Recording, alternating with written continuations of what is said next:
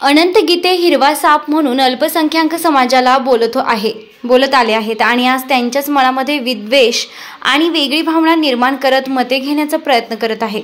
तुमच्या रक्तात आणि रोमारोमात अल्पसंख्याक समाजाबद्दल काय भावना आहेत हे तुमच्या भाषणातून, तुमच्या कृतीतून व वक्तव्यातून सिद्ध होत आलं आहे। अनंत गीते सुधागड तालुक्यातील पाली शहरातील एखादं काम दाखवा आणि तुमचे बक्षीस घेऊन जा असं थेट आव्हानच रायगड लोकसभेचे उमेदवार सुनील तटकरे यांनी अनंत गीते यांना दिलं आहे।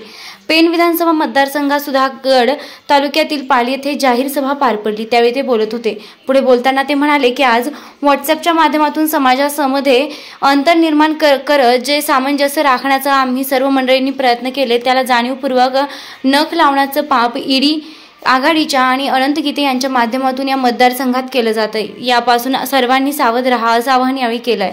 तुम्ही आम्ही आंबेडकर आणि बौद्ध जयंती, ईद, गणपती उत्सव बंधुत्वाच्या नात्यातून साजरा करत असतो। आपल्या मनामध्ये जो माणूस म्हणून जन्माला आला त्या माणुसकीचा गहिवर मनामध्ये ठेवत माणुसकीच्या आधारेच वाटचाल करत आलो आहोत।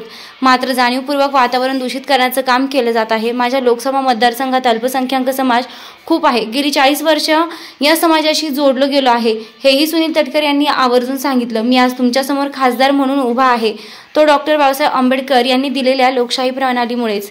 डॉक्टर बाबासाहेब आंबेडकर यांच्यामुळे तुम्ही आम्ही आज आहोत म्हणून संविधानावर प्रश्नचिन्ह उपस्थित करत मतांच्या बेगमीवर डोळा ठेवणाऱ्यांना खड्यासारखे बाजूला ठेवा आणि पुन्हा एकदा नरेंद्र मोदी यांचे तिसऱ्यांदा सरकार आणण्यासाठी आणि रायगड लोकसभा मतदारसंघाचा कायापालट करण्यासाठी राज्य आणि केंद्र सरकारच्या विविध योजना आपल्या परिसरात आणण्यासाठी घड्याळाच्या चिन्हावर बटन दाबून मला आपली सेवा करण्याची संधी द्या असं आवाहनही तटकरे यांनी केलंय।